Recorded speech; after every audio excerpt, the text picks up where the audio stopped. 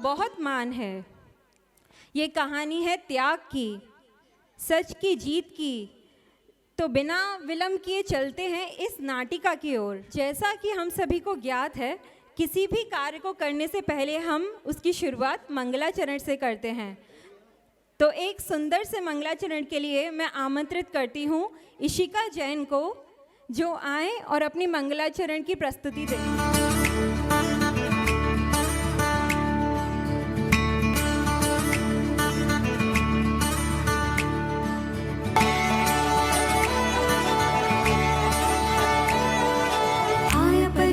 पर्व क्षमा का सकला मंगल गावो जी। हाथ जोड़ के मान मोड़ के शीश झुका के लो माफी। जैनों का त्योहार है सारे देश मिटा हर खाओ जी। हाथ जोड़ के मान मोड़ के शीश झुका के लो माफी। शीश झुका के लो माफी।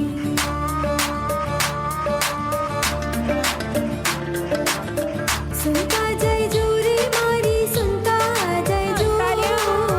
सुनता जय जो रे मारी, सुनता जय जो मारी। पर्युषण आया है जो सारे प्रभु रा नाम मन में रमता जय जो। पर्युषण आया है जो सारे प्रभु रा नाम मन में रमता जय जो।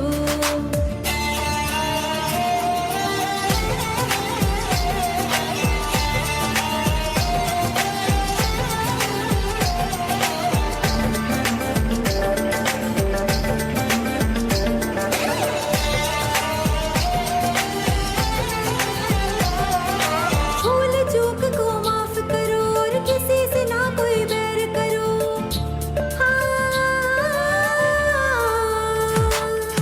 भूल चूक को माफ करो और किसी से ना कोई बैर करो। सत्य अहिंसा त्याग तपस्या और प्रभु का ध्यान धरो। क्षमा याचना सबसे करता जय जो। क्षमा याचना सबसे करता जय जो। पर्युषण आया है जो सारे प्रभु रा नाम मन में रमता जय जो। पर्युषण आया है जो सारे प्रभु रा नाम मन में रमता जय जो। सुनता जय जो रे मारी, सुनता जय जो। सुनता जय जो रे मारी, सुनता जय जो मारी। पर्युषण आया है जो सारे प्रभु रा नाम मन में रमता जय जो। पर्युषण आया है जो सारे प्रभु रा नाम मन में रमता जय जो। पर्युषण आया है जो सारे प्रभु रा नाम मन में रमता जय जो। जोरदार तालियां इशिका जैन के लिए। कुछ उसी से मिलती जुलती लाइन से कृपया ध्यान दीजिएगा। नहीं उपवास कर पाओ तो तुम उपहास से बचना। एक एक लाइन को कृपया ध्यान से सुनिएगा, आपको आनंद आ जाएगा। नहीं उपवास कर पाओ तो तुम उपहास से बचना। अगर दर्शन न हो संभव प्रदर्शन से तुम बचना। कमी वंदन में रह जाए, हम प्रभु के वंदन करने रोज जाते हैं ना मंदिर में, तो अगर कमी वंदन में रह जाए तो बंधन से भी बच जाना। प्रवचन सुन न पाओ तो दुर्वचन से ही बच जाना। केश लोचन न हो संभव क्लेश लोचन ही कर लेना। केश लोच ना हो संभव तो क्लेश लोचन ही कर लेना। न भोजन छोड़ पाओ तो भजन भी छोड़ मत देना। न कर पाओ प्रतिक्रमण जो तुम अतिक्रमण से बच जाना। क्षमा अगर मांग ना पाओ क्षमा करके ही तर जाना। क्षमा करके ही तर जाना। शुरू करने से पहले मैं दो लोगों को धन्यवाद देना चाहूँगी जिन्होंने इस नाटिका के लिए बहुत ज़्यादा मेहनत की है। सबसे पहले अभिनेश भैया, दिख नहीं रहे हैं, अभिनेश भैया का ज़ोरदार तालियां बजा दीजिए, जिन्होंने बिल्कुल दिन रात लगकर और बहुत मेहनत करके जो इस नाटक के सूत्रधार हैं अभिनेश भैया। मुझे दिख नहीं रहे थे अभिनेश भैया।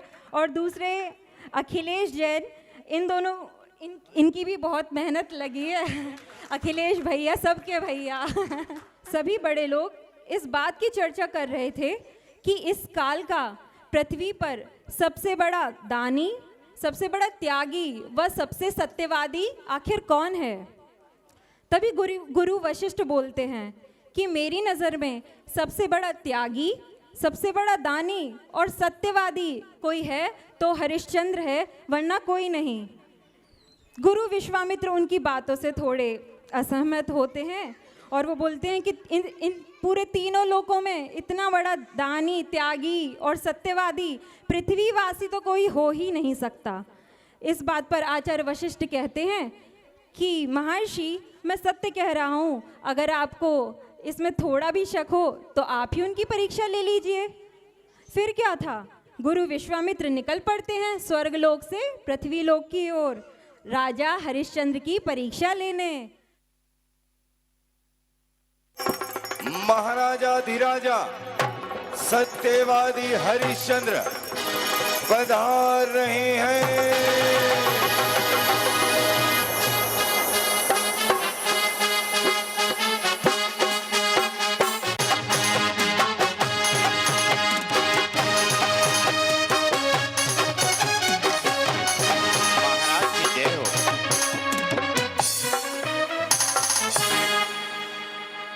कहो द्वारपाल,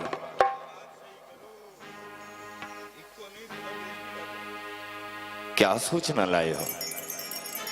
महाराज धीराज, यदि आपकी आज्ञा हो तो गुरु विश्वामित्र राज दरबार में आने के लिए आप महाराजा की प्रतीक्षा कर रहे हैं।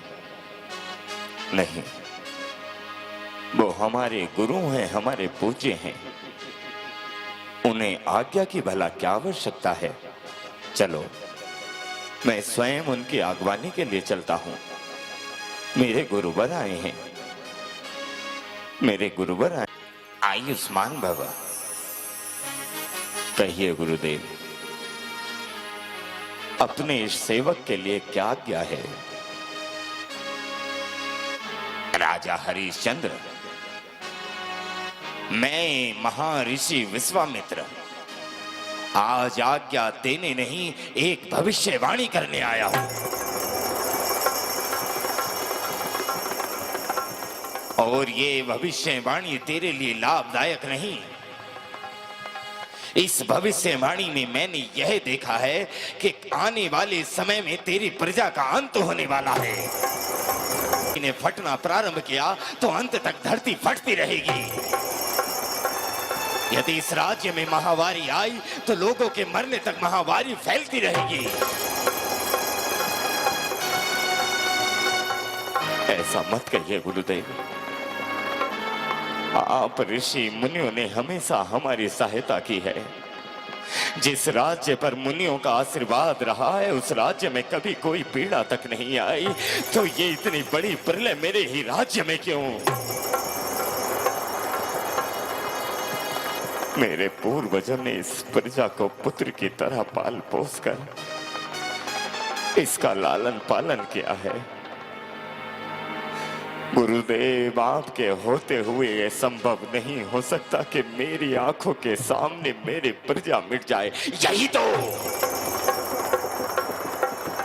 जब जब राज्यों पर संकट आया है तब तक हम ऋषि मुनियों ने उस संकट को दूर किया है।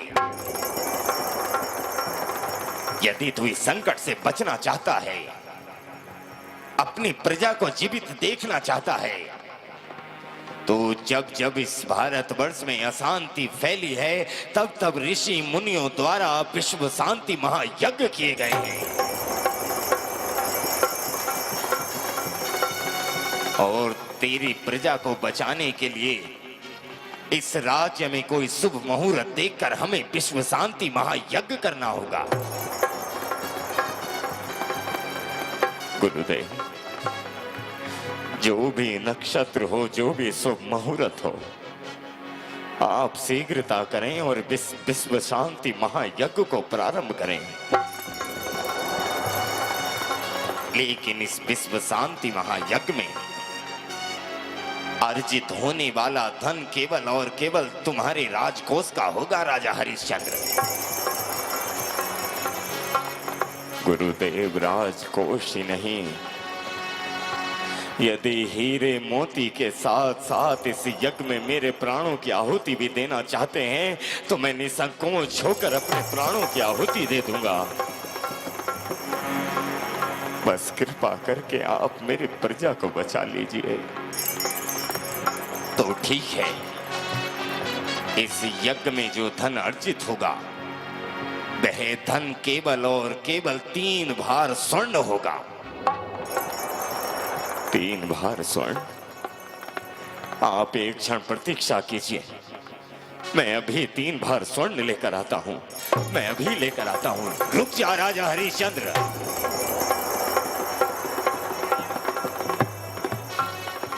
दान चाहे हाथ से दिया हुआ हो या मन से, दान तो दान ही होता है। तूने जो मुझे 3 भार स्वर्ण दिया है, यह 3 भार स्वर्ण मैं तुम्हारे पास कर्ज के रूप में रखकर जा रहा हूं। जिस समय भी मुझे इस स्वर्ण की आवश्यकता होगी, मैं तुमसे ये स्वर्ण अवश्य ले लूंगा। जब तक यह स्वर्ण तुम्हारे पास कर्ज के रूप में रहेगा, कर्ज के रूप में रहेगा। हरिओम हरि।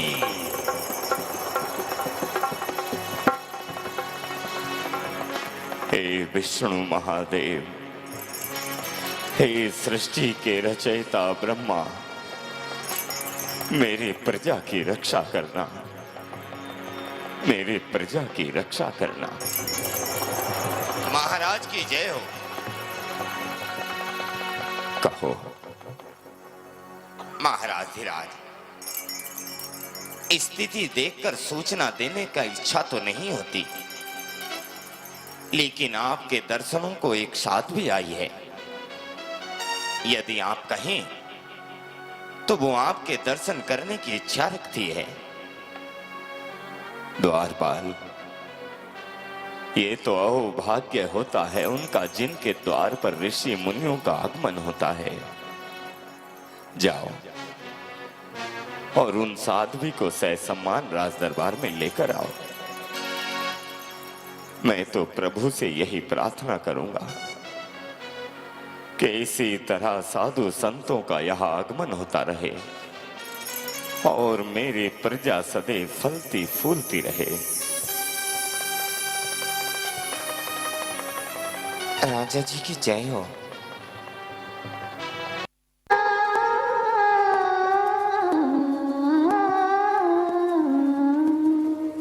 अति सुंदर। तोरा मन दर्पण कहलाए, तोरा मन दर्पण कहलाए। भले बुरे सारे कर्मों को देखे और दिखाए, तोरा मन दर्पण कहलाए, तोरा मन दर्पण कहलाए। कितना सुंदर गाती हो।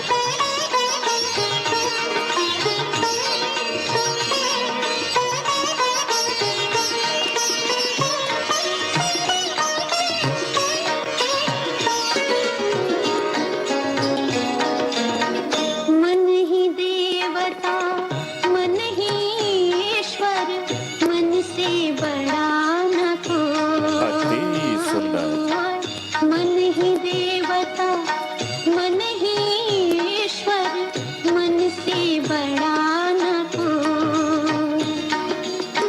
मन उजियारा जब जब फैले, जग उजियारा होए। इस उजले दर्पण पर प्राणी भूल न जमने पाए, तोरा मन दर्पण कहलाए। अति प्रसन्नता हुई। साध्वी, हम तुम्हारे इस सुंदर गीत को सुनकर प्रसन्न हुए। तुम्हारी जो भी इच्छा हो तुम इस भरे राज दरबार में हमसे मांग सकती हो। राजा जी, क्या आप मुझे कोई उपहार देना ही चाहते हैं? अवश्य। लेकिन मैं उस उपहार को लेने से पहले आपसे 3 वचन लेना चाहती हूं। क्यों साध्वी? क्या सत्यवादी राजा हरिश्चंद्र पर तुम्हें विश्वास नहीं? हमने आज तक एक भी शब्द असत्य नहीं कहा है। क्या तुम्हें मेरा गीत सुंदर लगा? निसंदेह। क्या आप मुझे उपहार देना ही चाहते हैं? हाँ, तो जब उपहार देना ही चाहते हैं तो 3 वचन देने में हर्जी क्या है? ठीक है, 3 वचन देता हूं। जो मांगोगे इस राज दरबार में तुम्हें अवश्य मिलेगा। अपनी बात से पलट तो नहीं जाओगे? इस कुल की रीत सदा चली आई, प्राण जाए पर वचन ना जाए। मांगो साध्वी जो मांगना चाहती हो। तो फिर ठीक है, आपको मेरा गीत अच्छा लगा, आप मुझे उपहार देना चाहते हैं, तो इस उपहार में मैं आपसे विवाह करना चाहती हूं साध्वी।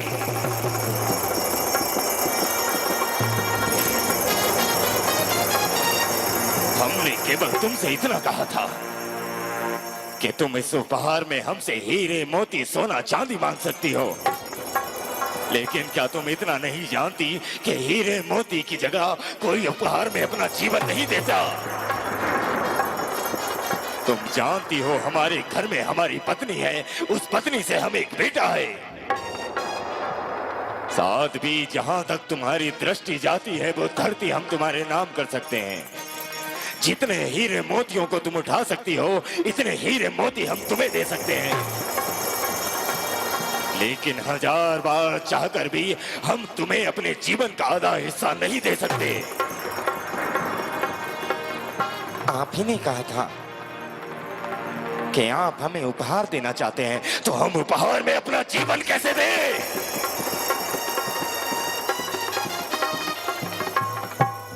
उचित यही होगा कि तुम अपने शब्दों को वापस लो।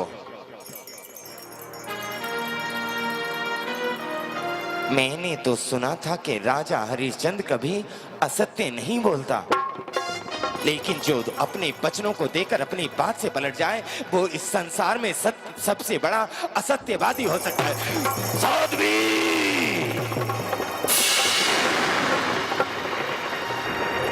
हमें क्षमा करो, लेकिन हमारे सत्य को ना ललकारो। हमने ये कभी नहीं सोचा था कि तुम हमसे विवाह का प्रस्ताव रखोगी। हमने तो यही सोचा कि एक साधु की मर्यादा यही होती है कि केवल दान पुण्य आहार विहार करे, इससे ज्यादा अधिक नहीं। इस राज दरबार में इस समय कोई नहीं है। ये तुम्हारा द्वारपाल और मैं और आप हैं। तुम इस समय ये भी कह सकते हो कि तुमने मुझे कोई वचन ही नहीं दिए। कायरता का पाठ मत सिखाओ हमें।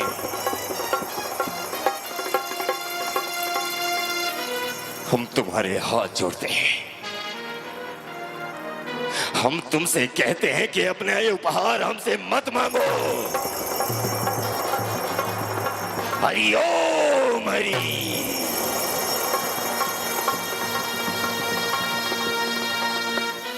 प्रणाम गुरुदेव। गुरुदेव देखिए ना ये क्या कह रही हैं। मेरे राज दरबार में आकर इन्होंने पहले मुझे सुंदर गीत सुनाया, उसके बाद कहती हैं कि हम उसके उपहार में इनसे विवाह कर लें। गुरुदेव ये हमसे उपहार नहीं दिया जा सकता। हम अपनी पत्नी होते हुए किसी और स्त्री को पत्नी का अधिकार कैसे दे दें? साध्वी, साधुओं के मुख से यह बातें शोभा नहीं देती। राजा अपनी रानी को छोड़कर सभी को मां और बहन की दृष्टि से ही देखते हैं। इसलिए तुम इस उपहार के बदले कुछ और मांग लो। गुरुदेव, जिसने अपना पहला उपहार नहीं दिया वो भला दूसरा उपहार क्या देगा। सौगंध खाता हूं गुरु के चरणों की, सौगंध है मुझे इन कमल चरणों की। साध्वी इस उपहार को छोड़कर जो भी मांगोगी मैं निसंकोच होकर तुम्हें दे सकता हूं। तो फिर ठीक है, मैं आपसे विवाह का प्रस्ताव नहीं रखती। पहला उपहार मैं आपसे नहीं मांगती, लेकिन इस उपहार के बदले दूसरे उपहार में मुझे तुम्हारा राज्य चाहिए राजा हरिश्चंद्र। नहीं!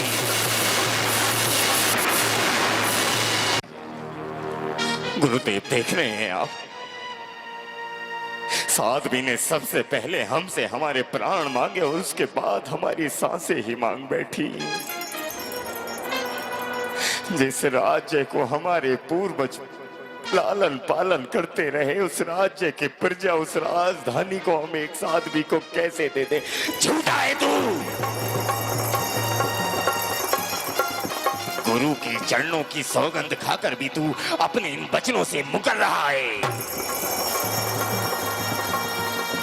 इससे तो अच्छा होता कि तू हमारा दास ना होता, हम तेरे गुरु ना होते। राजा हरिश्चंद्र, इसी समय अपनी राज मुकुट और राजश्री वस्त्रों को उतारकर निकल जाए इस राज्य की सीमा से, क्योंकि ये राज्य अब तेरा नहीं, ये राज्य दान में दिया हुआ उस साध्वी का है।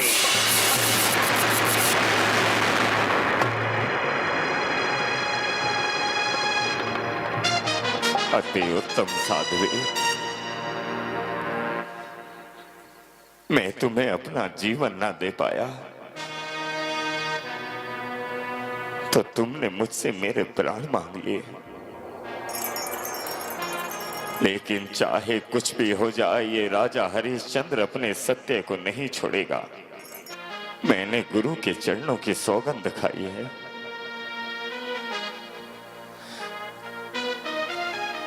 गुरुदेव, जा रहा हूं इस राज्य को छोड़कर, इस राजधानी को छोड़कर जा रहा हूं। गुरुदेव, मैंने कोई अनर्थ तो नहीं किया। एक राजा और एक प्रजा में पुत्र और पिता का संबंध होता है,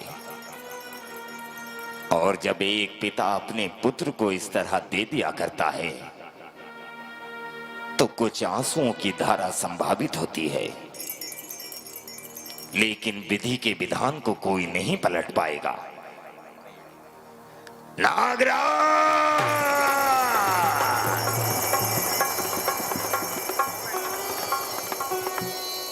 नागराज!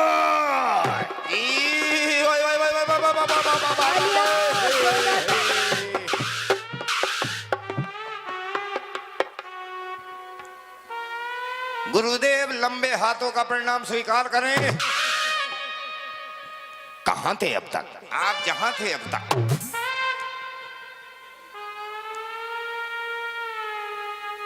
थोड़ा व्यवहार में रहा करो। साधु हूं, साधु का यही व्यवहार होता है जी। गुरुदेव, आज्ञा दीजिए, आपने मुझे यहाँ क्यों बुलवाया?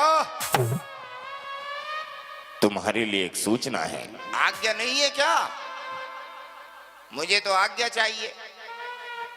सूचना ही आज्ञा है। आपका ये मतलब है कि पुरुष ही स्त्री है? शांत हो जाओ।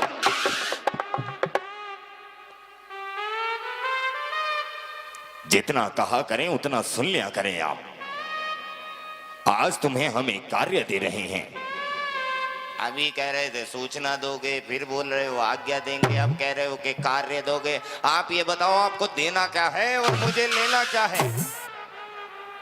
तुम्हें आज्ञा का पालन करना है। तो कार्य क्या करना है मुझे? मेरी बात सुनो, तुम ठीक तरह से समझ नहीं रहे हो। आप ही आज्ञा लालन पालन में बोल रहे तो समझूंगा क्या? आज्ञा मानूं, आज्ञा का पालन करूं। आज्ञा वैसे है कितनी बड़ी जो मैं पालन करके उसे और बड़ा करूं? शांत रहे। तुम्हें एक व्यक्ति के साथ जाना है। अच्छा, व्यक्ति के साथ जाना है, उसके लिए आज्ञा को पकड़ कर लाना है। तुम एक व्यक्ति के साथ जाना है, उस व्यक्ति से एक वस्तु लेकर लौट कर आना है। तो जब व्यक्ति के पास से वस्तु लाना ही है तो व्यक्ति को यही वस्तु लेकर बुला लो। जितना कहा उतना करो। मैं तो समय की बचत में लगा था जी। व्यक्ति को यही बुला लेते, यही उससे वस्तु ले लेते, यही के यही काम हो जाता, मैं चलने से बच जाता, मेरा समय बच जाता। मैं आश्रम में रहता तो खाना बनाता तो उसे पेट भर के खाता तो फिर मैं सो जाता। शांत हो जा। कौन सा वाला शांत हूँ, ये वाला शांत या ये वाला? एक बार मेरे पिताजी हुए थे उसे। खड़ा हो जा। तुम्हें उस पुरुष के साथ जाकर उससे दी हुई वस्तु को लेकर आना है। आदमी के साथ जाना है कि पुरुष के साथ जाना है, ये बताओ।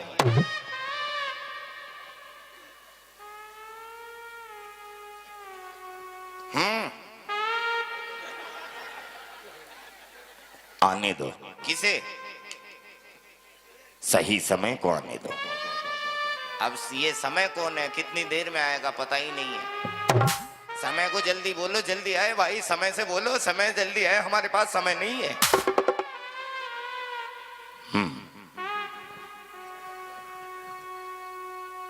गुरुदेव,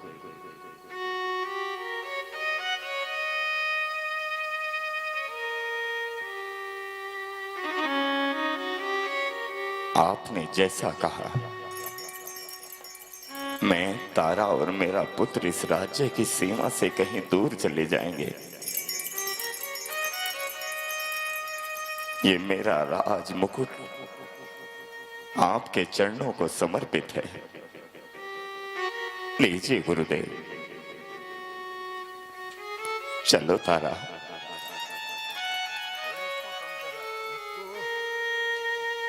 चलो तारा।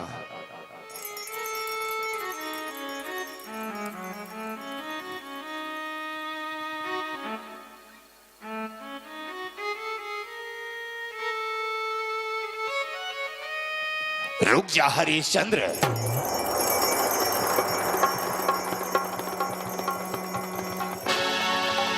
तुम इस समय इस राज्य को छोड़कर नहीं जा सकते,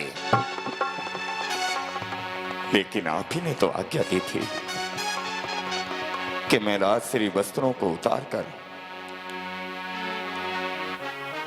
इस राज्य की सीमा से दूर चला जाऊं। नहीं, याद करो वह दिन जब मैं तुम्हारे इस राज दरबार में आया था और तुम्हारी प्रजा पर होने वाली प्रलय का कारण बताया था। इस राज्य को जाने से पहले मुझे मेरा 3 भार स्वर्ण चाहिए। गुरुदेव, आप ही की आंखों के सामने, आप ही के चरणों को मैंने ये राजकोष, ये राज दरबार, ये राजमहल सब तो समर्पित कर दिया है। आपका दिया हुआ वह 3 भार स्वर्ण भी तो इस दान में चला गया। असत्यवादी है। तो किस वस्तु को दान देता है, किस वस्तु का दान लेता है, ये मेरा उद्देश्य नहीं है। क्या हमने तुझे 3 भार स्वर्ण कर्ज के रूप में दिया था या नहीं? हाँ, दिया था। तो मेरा वह कर्ज चुकाएगा कौन? गुरुदेव, आप ये दशा देख रहे हो। इस शरीर पर इन श्वेत वस्त्रों के अलावा कुछ नहीं है। मैं आपका 3 भार स्वर्ण कहां से दूं? जो कुछ था मैंने सब कुछ तो अपने दान में दे दिया। दान में दी हुई वस्तु का रोना बार बार नहीं होना चाहिए। दान दी हुई वस्तु को यदि याद किया तो सबसे बड़ा पाप दान कर्ता को ही लगता है।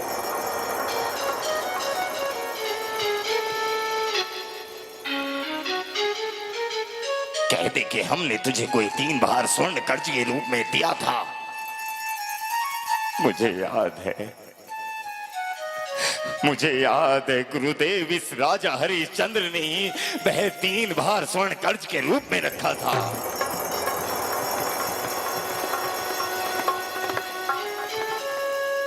मुझे कितना समय मिल सकता है? कितना समय है मेरे पास गुरुदेव, कितना?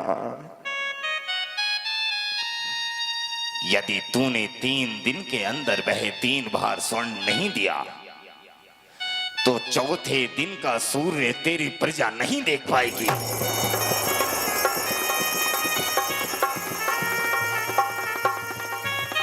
जैसे भी हो,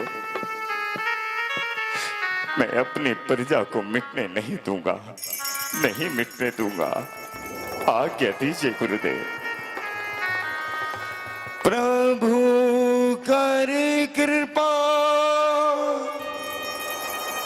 पारी दीनी सादरी हरी सी शरण झूली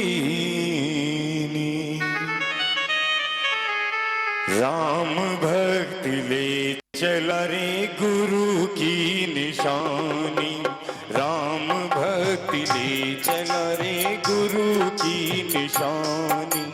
साथ में है तारा अखियों में पानी, राम भक्ति ले चला रे गुरु की निशानी, गुरु भक्ति ले चला रे गुरु की निशानी।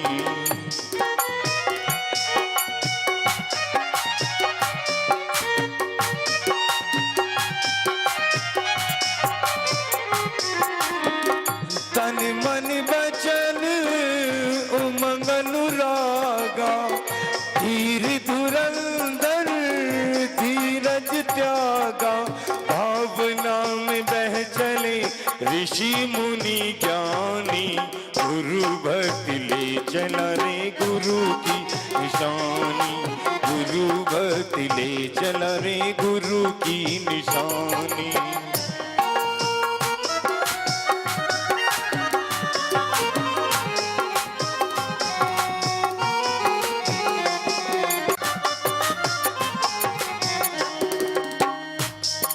बाबा, मुझे भूख लगी है बाबा। बेटे, ये तो समय का परिवर्तन है। कल तक जो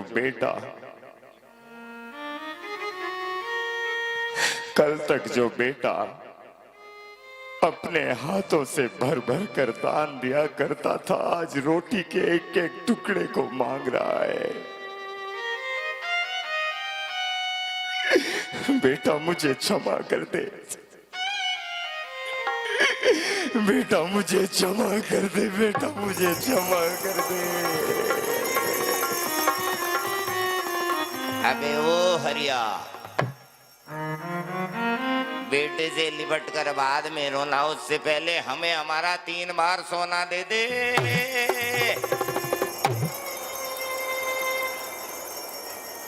अगर धरे 2 रोज हो गए, केवल 1 दिन बचा है और तू अपने बेटे की भूख में, पत्नी की सुंदरता में, अपने राज्य के छीनने के चक्कर में ही लगाए हुए, मुझे सोना दे दे। नागराज, क्या तुम इतना नहीं जानते कि मैंने अपने राज्य को खोया है, अपने मान सम्मान को नहीं खोया? मेरी पत्नी है, मेरा बेटा है, इनके सामने मेरा अपमान मत करो। अपमान क्या ना करो, कर्जदार है तू हमारा। कल तक तू राजा हुआ करता था, लेकिन आज है तू हरिया। 3 बार स्वर्ण दे दे, नहीं तो मर जाएगी तेरी प्रजा हरिया। स्वामी, मुझसे आपका अपमान सुना नहीं जाता। आप इसका 3 बार सोना दे क्यों नहीं देते? तारा, कहां से दूं 3 बार सोना? जो अपने बेटे को एक समय का भोजन तक नहीं दे पाया, वो भला 3 बार सोना कहां से दे। ओ ऊपर वाले,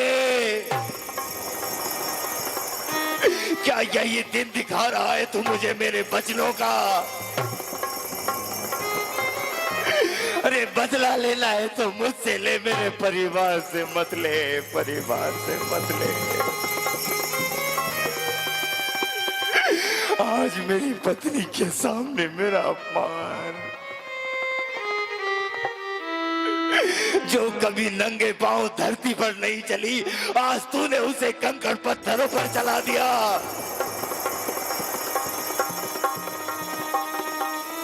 तारा, मुझे क्षमा कर दे तारा, मुझे क्षमा कर दे तारा, ये सब कुछ मेरे कारण हुआ है। मैं हमेशा आपके साथ रही हूं। आप इनका गुरुजी का 3 बार स्वर्ण अवश्य दीजिए। सुना है यहाँ काशी नगरी है,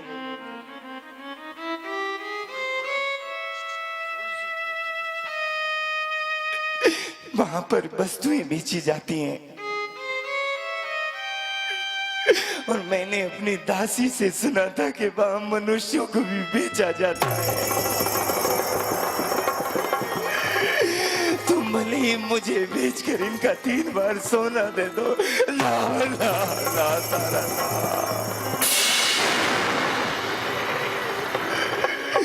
मैं भला अपनी पत्नी को कैसे बेचूंगा? जिस पत्नी ने अपने हाथों से हीरे मोती दान में दिए, आज उसे रत्ती भर सोने के बदले कैसे बेच दूं?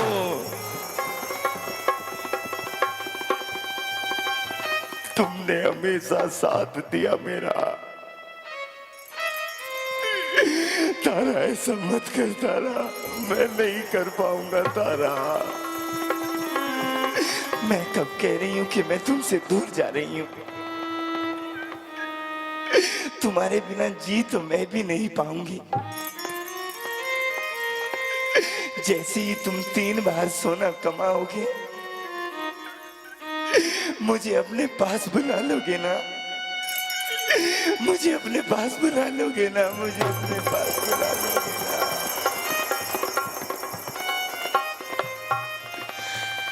काशी के बाजार में फिरता हूँ लाचार में, कर्ज के कारण फिरूं बेचता अपनी प्यारी नार में, काशी के बाजार में।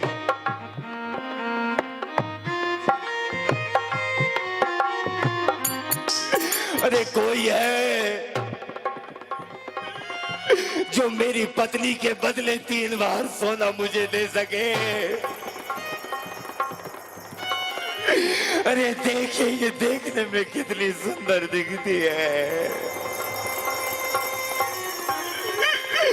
जो कार्य बोलोगे वो कार्य करेगी। अरे खरीद लो कोई मेरी पत्नी को, खरीद लो कोई मेरी पत्नी को, खरीद लो कोई मेरी पत्नी को। अरे भाई,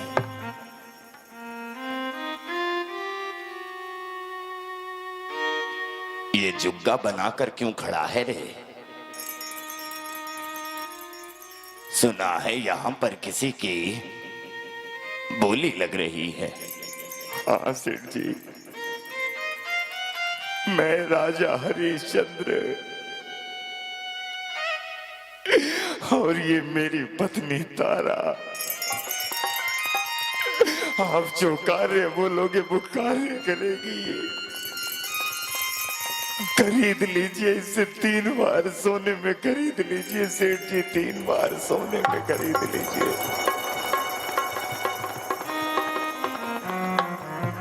अरे नहीं, 3 भार सोने में तो ऐसी 1 दर्जन स्त्री आ जाएंगे। ना, ना सेठ जी,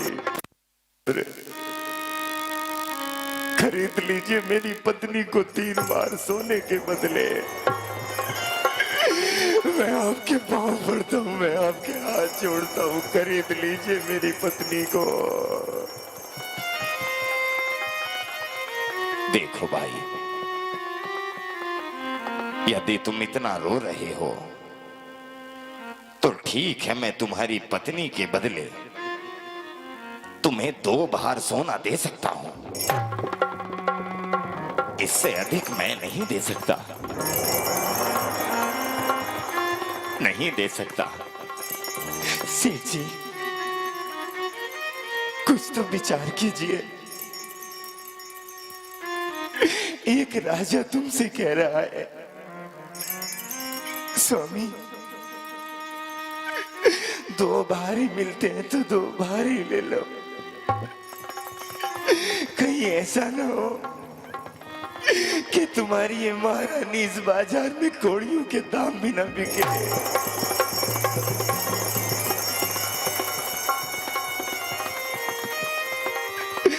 सेठ जी, जैसा आप कहते हैं, ले जाइए मेरी पत्नी को, ले जाइए मेरी पत्नी को, ले जाइए मेरी पत्नी को।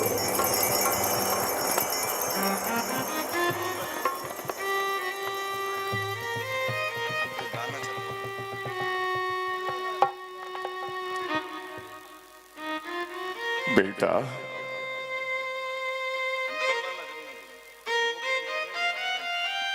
अपनी मां का ध्यान रखना।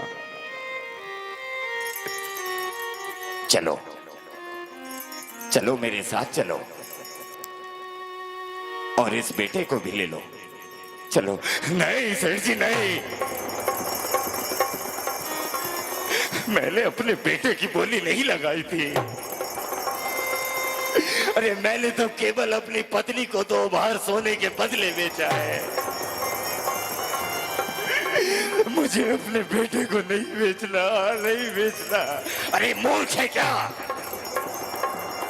अरे लगता है बाजार में तू पहली बार आया है। अरे देखा नहीं, जब गाय को बेचा जाता है तो उसके बछड़े को मुफ्त में दिया जाता है। अगर पत्नी के साथ बेटा देना है तो ठीक है, नहीं तो ये सौदा मुझे मंजूर नहीं है। नहीं, नहीं, नहीं,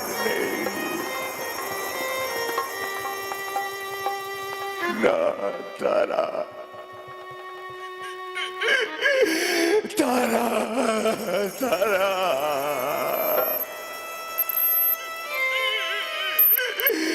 तारा,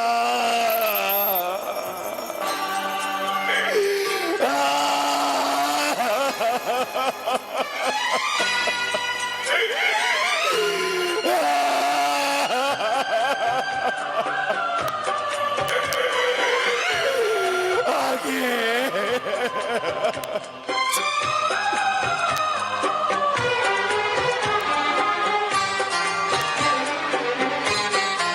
आगे आगे उतर के दे ओ आसमान वाले, जमीन पर उतर के दे। होती है क्या जुदाई कि तू भी बिछड़ के दे ओ आसमान वाले, जमीन पर उतर के दे।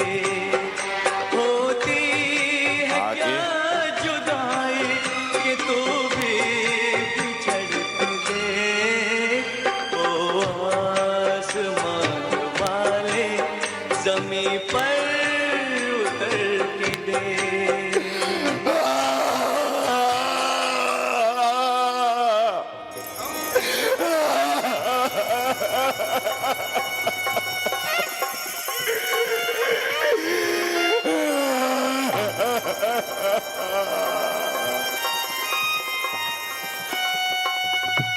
रो रहे हो? हाँ नागराज, क्यों रो रहे हो? आज मुझसे मेरा बेटा मेरी पत्नी अलग हो गए। मेरा बेटा मेरी पत्नी मुझसे अलग हो गए नागराज। अभी एक बार सोना और बचा है, मुझे वो सोना भी दो, नहीं तो कल तक तुम्हारी प्रजा मर जाएगी। अरे कहां से तू मैं सोना? कहां से तू? मेरे पास अब परिवार के लिए भी कुछ नहीं बचा। इससे तो अच्छा होता तू चुल्लू भर पानी में डूब कर मर जाता। अब पूछता है कहां से तू? सोना। अरे जिस तरह अपनी पत्नी का हाथ पकड़कर उसकी बोली लगाई है, तो खुद की भी तो बोली लगा दे। आज समझ आया, जब समय करवट लेता है तो क्या होता है। आज इस राजा को, एक व्यक्ति को स्वयं अपने मुंह से अपनी बोली लगानी पड़ेगी। अरे कोई है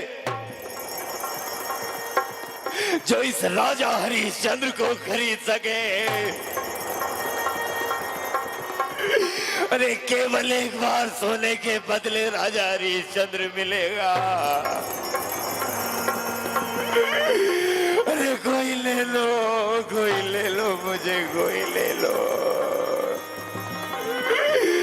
कोई ले लो, मुझे कोई ले लो।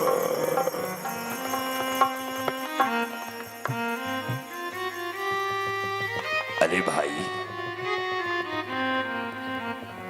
सुना है यहाँ किसी व्यक्ति को बेचा जा रहा है। कौन है वो? मैं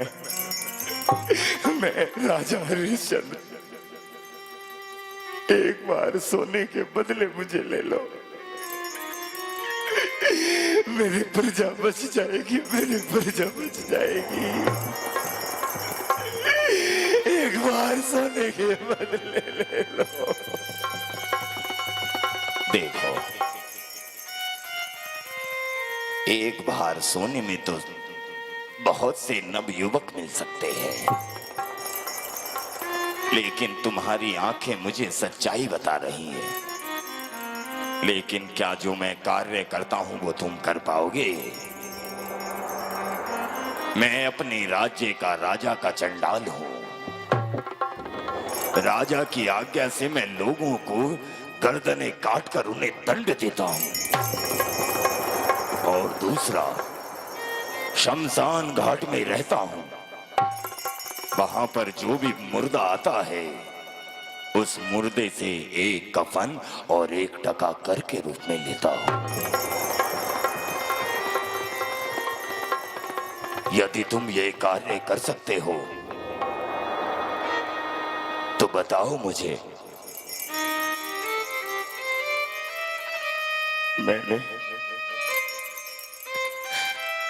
मैंने कभी किसी की गर्दन तो नहीं काटी,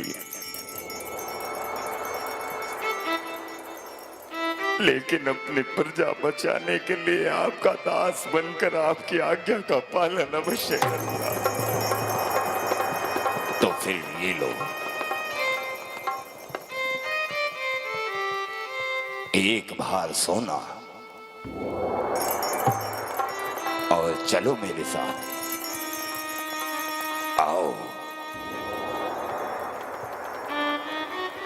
नागराज, तुम गुरुजी के ही पास जाओगे ना? गुरुजी से कहना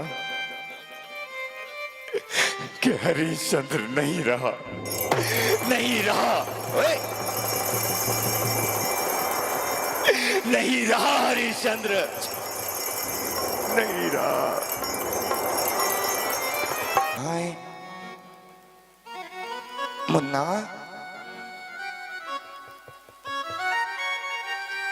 आजा मेरी मुन्ना।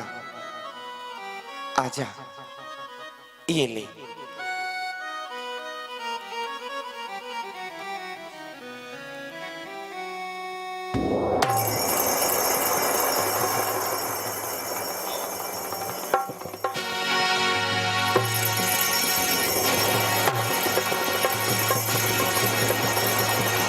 जब देखती हूँ तभी सर्प को दूध पिलाती रहती है, खाना ही खिलाती रहती है। अरे क्या तू इसे इसलिए पाल पोस कर बड़ा कर रही है कि ये बड़ा होकर मेरी और सेठ जी की हत्या कर सके? सेठ जी! अरे क्या हुआ? क्या हुआ सेठानी? अरे इस महारानी को लेकर बैठा दिया ना मेरे सर पर तुमने। जब देखती हूँ इस बेटे को कभी खिलाती है कभी पिलाती है, इसे इसलिए पाल पोस कर बड़ा कर रही है ताकि ये हमारे महल हवेली पर आक्रमण कर सके। अरे क्या करूं मैं भी, मत मारी गई थी मेरी। अरे इसके पति ने मुझे पागल बनाया, कहता था कि राजा है, राजा कहकर इस नौकरानी भिखारिन को खरीद कर ले आया मैं। अरे ठाट बाट तो देखो जैसे कहीं महारानी हो, राज्य को छोड़कर चली आई हो।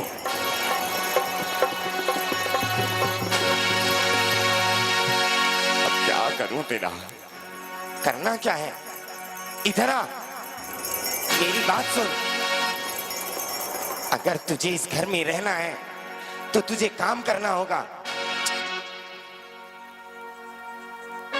और अभी के अभी यहां से दौड़ कर जा, बाग बगीचों में जाकर मेरे लिए सुंदर फूल लेकर आ। जा यहां से। माँ जी, वो भी छोटा है, रोटी खाते हुए तो छोटा नहीं दिखता वो। जब देखो थाली भर भर कर उसे खिलाती है। अरे मेरा तो ये मन करता है अगर खिलाने का इतना ही मन है तो अपने बेटे को जहर देकर क्यों नहीं मार देती? सब मत कहिए, मेरा एक ही तो बेटा है, अपने पिता की आंखों का तारा है वो। अरे तारे बारे को रहने दे, घर का इतना काम करा है तो ये काम क्या सेठानी करेगी या मैं करूंगा? अरे खड़ी क्यों है? चल कार कर इस कार्य को। सेठ जी, ओ सेठ जी! अरे क्यों तूने हवेली को अपने सर पर उठा रखा है? सेठ जी, सेठ जी मुझे एक बात कहनी है तुमसे। अरे कुछ बोलेगा भी? सेठ जी, जो आपका बगीचा है ना, उस बगीचे में एक छोटा बच्चा आया था। वो बच्चा मैंने तुम्हारे घर में ही देखा है। सेठ जी, उस बच्चे को सांप ने काट लिया, बच्चा मर गया। मुझे मेरा बच्चा दे, मुझे मेरा बच्चा दे, मुझे मेरा बच्चा दे, मुझे मेरा बच्चा दे। अरे नौटंकी बंद कर। मैं जानता हूं तूने अपने बेटे से बोला होगा कि बाहर जाकर ये नौटंकी करना, ताकि तुम दोनों इस राज को छोड़कर चले जाओ, भाग जाओ। नहीं सेठ जी, मुझे मेरा बच्चा चाहिए। बेटा, बेटा! अरे पकड़ो! अरे भाग गई! अरे पकड़ इसे! बेटा, बेटा! को फूंक कर उनसे एक टका और एक कफन लिया करते थे, और एक दिन कोई है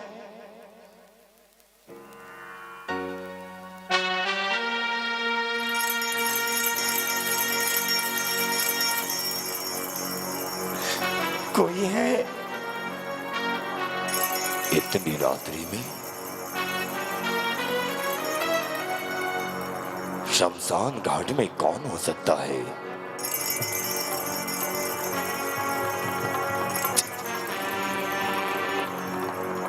ये तो किसी महिला की आवाज है।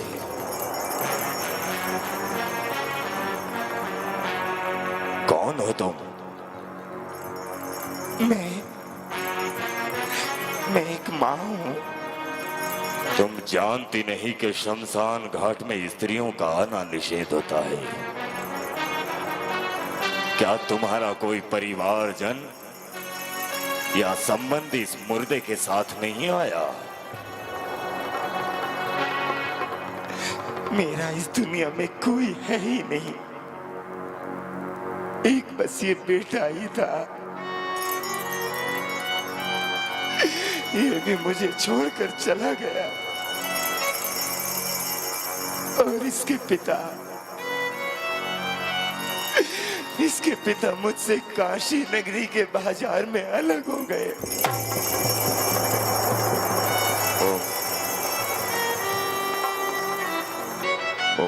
प्रजा को बचाने के लिए वो हमसे अलग हो गए। तारा, तारा, तारा, बेटा रोहतास, बेटा रोहतास, बेटे रोहतास, क्या हो गया तुझे? मेरा बेटा, मेरा बेटा, अरे मेरे बेटे को क्या हो गया? मेरे बेटे को क्या हो गया? मेरा बेटा, मेरा बेटा, मेरा बेटा, ये क्या हो गया मेरे बेटे को? राजा जी, आज तक तो यही देखा था कि पिता की अर्थी में अग्नि बेटा ही देता है, लेकिन आज तुम पहले पिता होंगे जो अपने बेटे की चिता में अग्नि लगाओगे।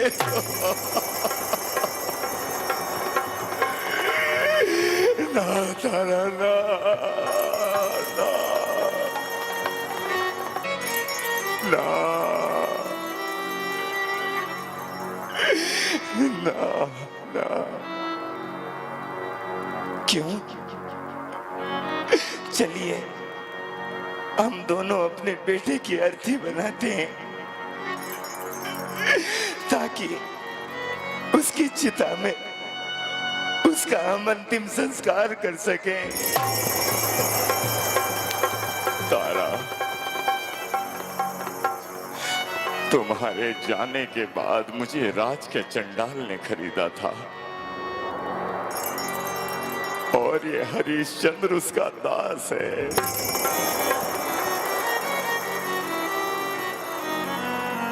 और मैंने अपने धर्म को किसी भी परिस्थिति में नहीं छोड़ा। अगर तू अपने बेटे का अंतिम संस्कार करना ही चाहती है तो तुझे एक कफन और एक टका करके रूप में देना होगा। क्या? एक टका? तुम्हारा मन भी कैसे हो गया कि अपने बेटे को कफन उड़ाने के लिए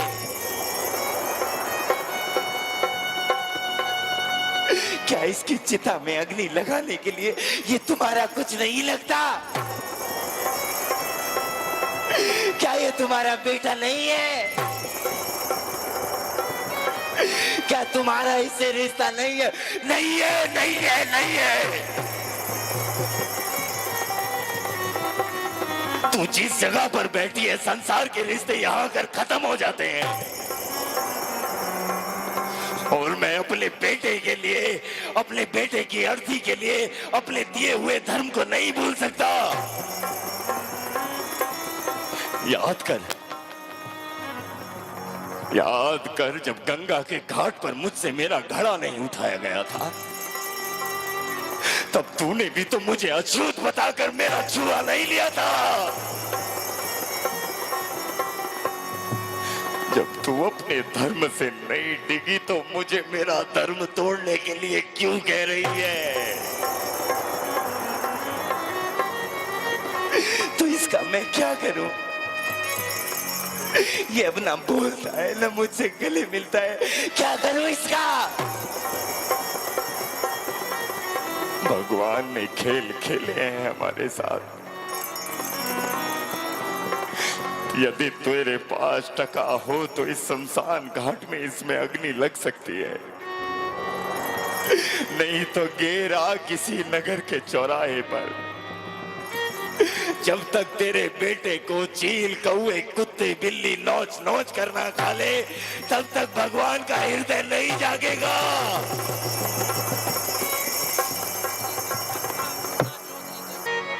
जा बेटा, तू तो मेरे आंचल का फूल है ना। तू तो मुझे हमेशा अपनी माँ कहता था ना। ठीक है, मैं तुझे कफन तो नहीं, मैं तेरी माँ हूं।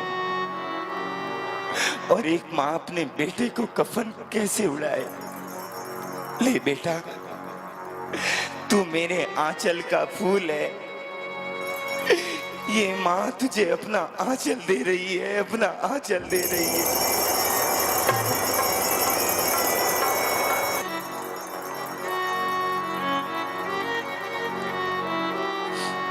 तारा, जा अपने बेटे के लिए 1 टका और ले आ, ताकि हमारे बेटे का अंतिम संस्कार हो सके। बेटा जा तारा, 1 टका और लेकर आ। मैं कहां से लाऊंगी टका?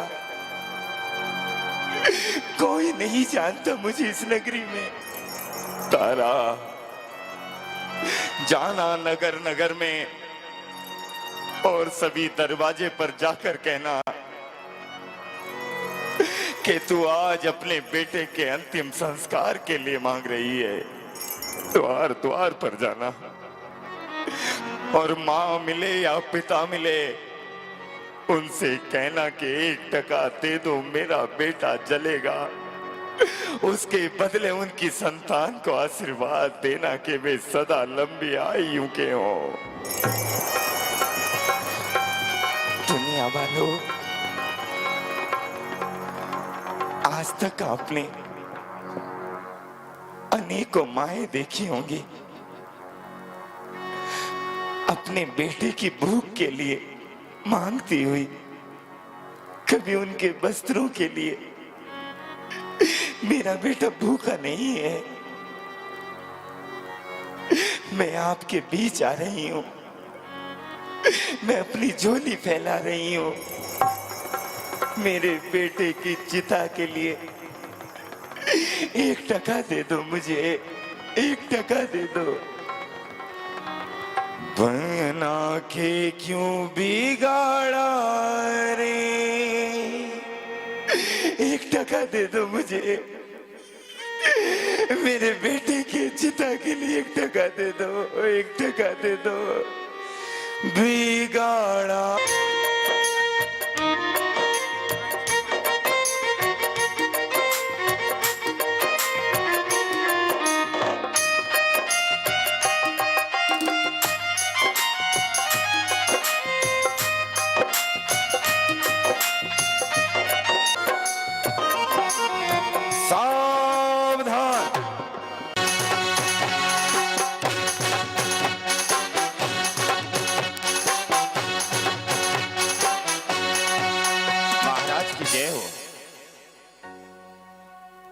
सुनो सैनिक, जिस प्रकार हम देख रहे हैं 1 महीने से हमारे नगर में कोई स्त्री आई है जो छोटे छोटे बच्चों को मारकर खा रही है। हमारे सारे गुप्तचर, हमारा सारा सैनिक मंडल, मंत्री मंडल भी होकर एक उस स्त्री को नहीं ढूंढ पाया। जो स्त्री हमारे छोटे बच्चों के पेट फाड़कर, उनके छाती चीरकर उनका रक्त पीती है, आज तक वो स्त्री यहां मिली ही नहीं। याद रखो, अगर बच्चों की हत्या करने वाली स्त्री हमें नहीं मिली तो हम तुम्हारे साथ साथ अपने सभी सभासदों को भी दंड देंगे। याद रखना, वो मिल जानी चाहिए। सुनो सुनो, नगर के सभी नगरवासी सुनो। एक स्त्री है जो रात में बच्चों को उठाकर ले जाती है, जंगल में ले जाकर शमशान घाट में जाकर उन बच्चों को मारकर खा लेती है। अतः आप सभी सावधानी से रहें और अपने बच्चों का विशेष ध्यान रखें। आप सभी ध्यान रखें। भैया बोलो, मैं रात्रि में रास्ता भटक गई। कहां जाना है तुम्हें? तुम मुझे इस राज्य की तो नहीं लगती। मैं? हाँ तुम, जल्दी बोलो, कहां से आई हो और कहां जाओगी? मुझे अपने मुर्दे बेटे के साथ पास शमशान घाट में जाना है। यही है, तू ही है हत्यारा। नहीं नहीं, यही है। चल मेरे साथ, चल मेरे साथ।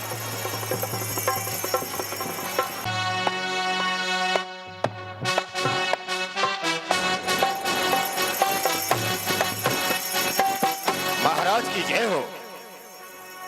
महाराज धीराज, कल ही रात्रि हमने उस स्त्री को पकड़ा है जो हमसे ही हमारे मंत्रिमंडल से शमशान घाट जाने का मार्ग पूछ रही थी। और उसके पास महाराज हमने एक मुर्दे को भी देखा। वो स्त्री मिल गई और तुम चुपचाप खाली हाथ राज दरबार में चले आए। शीघ्रता से लाओ उस हत्यारन को, उस गुंडा को, ताकि हम उसे दंड दे सकें।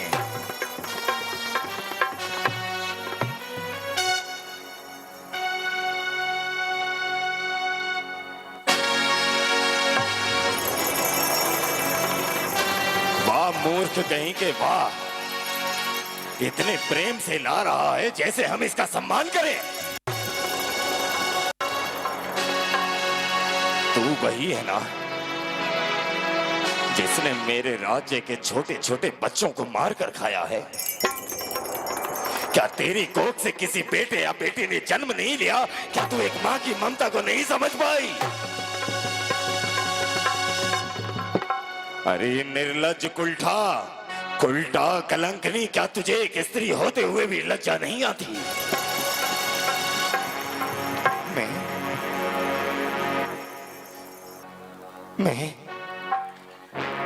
मैं शमशान घाट जा रही थी क्योंकि वहां पर मेरे बेटे का मुर्दा पड़ा हुआ है। मैं भला किसी के बच्चों को मारकर क्या खाऊंगी विधाता ने?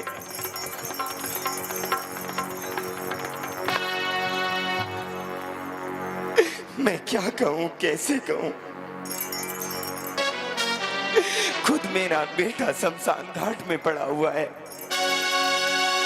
सैनिक, हम इसकी एक भी नहीं सुनेंगे। इसी समय राज के चंडाल को बुला लिया जाए और इसकी हत्या कराई जाए। राज के चंडाल उपस्थित हो।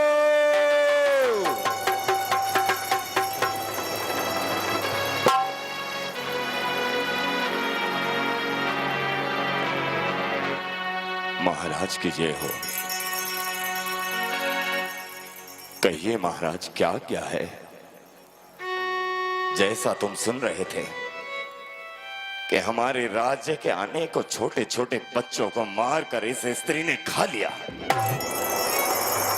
ये कल रात ये स्त्री हमारे हाथों आई है, इसलिए हम तुम्हें आज्ञा देते हैं कि बिना सोचे समझे इस डायन, इस हत्यारन की हत्या कर दो, क्योंकि इस महाराज ने इसे मृत्यु दंड दिया है। जैसी आपकी आज्ञा।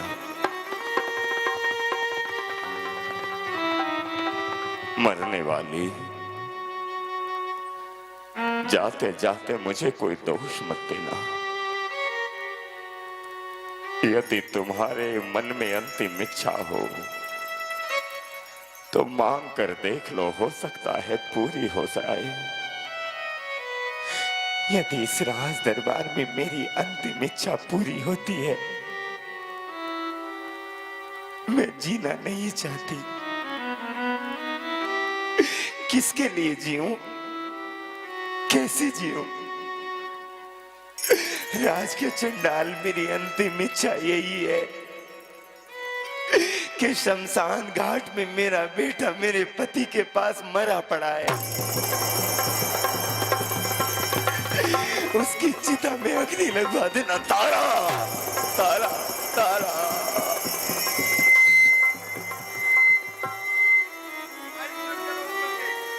तारा, तू तो अपने बेटे के लिए टका लेने गई थी। तारा, राजा जी, ये मेरी पत्नी है, ये मेरी स्त्री है। कल सुबह हमने अपने बेटे को खोया है। ये भला किसी के बेटे को मार कर क्या खाएगी? मैं राजा हरिश्चंद्र। शांत हो जाओ, ये मेरी स्त्री है। तुम्हें जो आज्ञा दी गई है उस आज्ञा का पालन करो। उठाओ अपने हाथों में तलवार और हत्या कर दो इस खुलटा की। तारा, हाँ स्वामी, तूने मेरा हमेशा साथ दिया है। हर परिस्थिति में तू मेरे साथ खड़ी रही है। मैं दास हूं किसी की आज्ञा। महाराज की आज्ञा का पालन करना मेरा कर्तव्य है।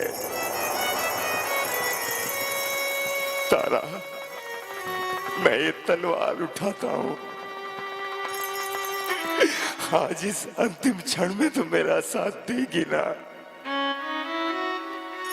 हाँ, मुझे और मेरे बेटे को एक ही साथ अग्नि लगाओगे ना? हे भगवान, देख तारा, मेरे हाथ कांप रहे हैं। देख, मेरे हाथ कांप रहे हैं। मेरी छाती फट रही है। मेरा साथ दे दे, अपनी गर्दन झुका ले।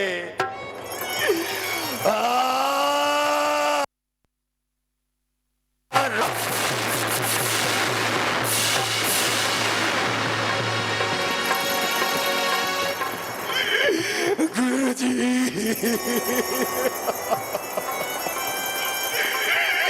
गुरुजी, देखिए ना क्या हो गया आज। गुरुजी, गुरुजी। अरे राजा हरिश्चंद्र, रोता क्यों है? ये तो केवल तेरी परीक्षा थी। इस परीक्षा में तू सफल हुआ।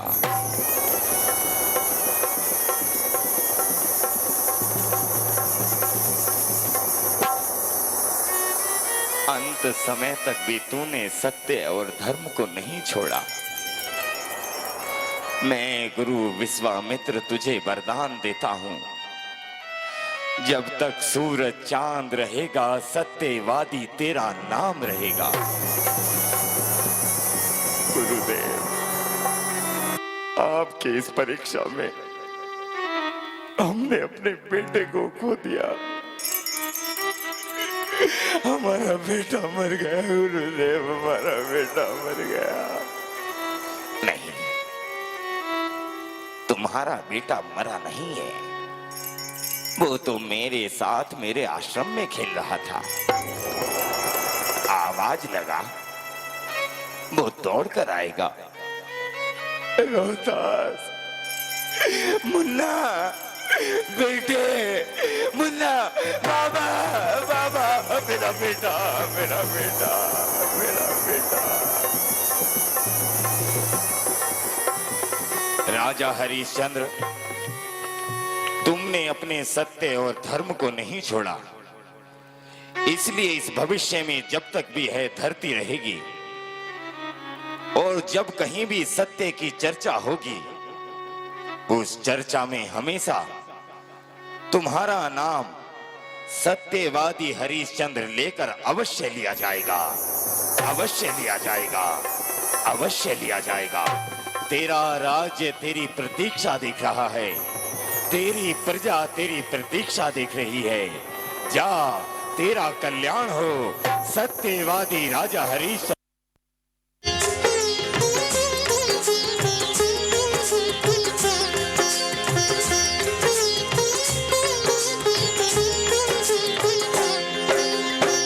गूंजे धरती रे चारों धाम रे, गूंजे धरती रे चारों धाम रे, हरिचंद्र राजा अमर रवे गो थारो नाम रे, हरिचंद्र राजा अमर रवे गो थारो नाम रे। उगते प्रभाते ढलती शाम रे, उगते प्रभाते ढलती शाम रे, सत्यवादी राजा घर घर पूजिए थारो नाम रे, सत्यवादी राजा घर घर पूजिए थारो नाम रे।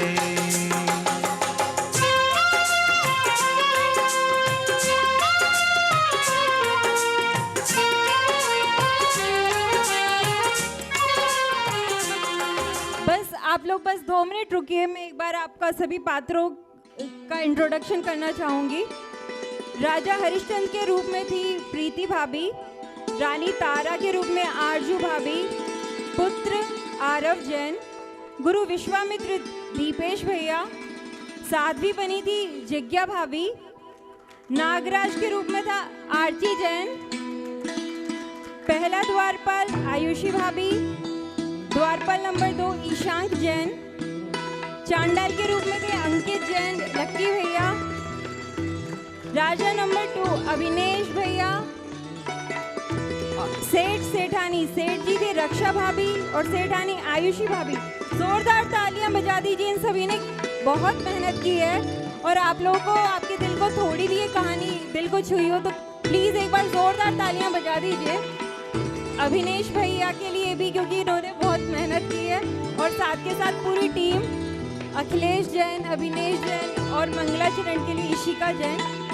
अब मैं स्टेज पर तुरंत बुला लेना चाहती हूँ हमारे शैलेश भैया जी, ऋचा भाभी, अमिता भाभी, रैना दीदी को, सभी पात्रों को एक छोटा सा गिफ्ट देना है, दिलवाना है आप लोगों के हाथ से, तो प्लीज स्टेज पर आ जाइए। स्टार्टिंग से एंडिंग तक बहुत ही बढ़िया रोल भाभी ने प्ले किया। रानी तारा आरजू भाभी, पुत्र रोहतांश आरव जैन, रानी तारा आरजू भाभी,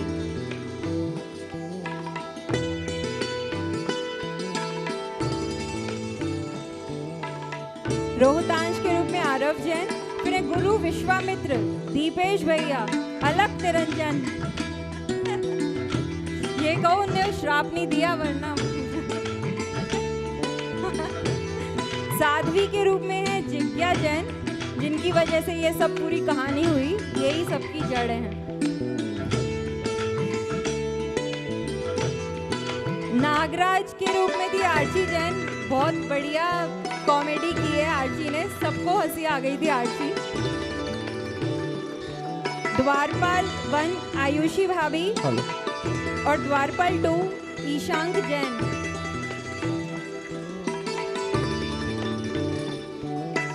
चांडाल के रूप में हमारे अंकित भैया, जोरदार तालियां बजा दीजिए, बहुत बढ़िया मेकअप किया है भैया ने आज। राजा 2 जो बने हुए अभिनेश जैन, ये गुस्से वाले राजा थे हमारे, अभिनेश भैया के लिए जोरदार तालियां। सेठ जी बनी है रक्षा भाभी और सेठानी आयुषी भाभी, जोरदार तालियां।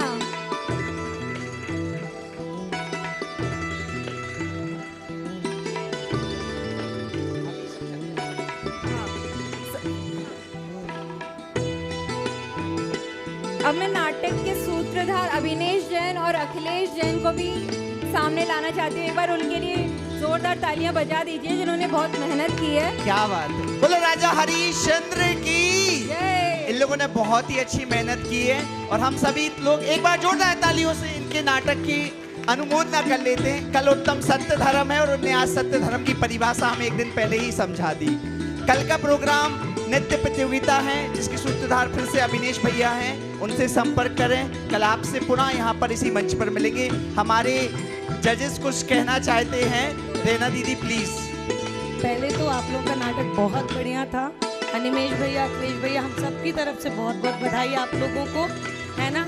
और सभी ने अपना रोल बहुत अच्छे से निभाया। एंकर ने भी बहुत अच्छा रोल निभाया। एंकर हमारी भाभी जी भी मंच पर आ जाएं। एंकर के लिए भी ताली हो जाए। इशिका का मंगलाचरण भी अच्छा था, उसको भी हो जाए। और हम सबकी तरफ से आप लोगों को बहुत सारी बधाइयाँ, शुभकामनाएं। ऐसे ही प्रतिवर्ष करते रहें और आगे बढ़ते रहें। ऐसी धार्मिक कथाओं को हमारे बीच में लेकर आए, ऐसी हम आपसे भावना उठाते हैं। जय जने।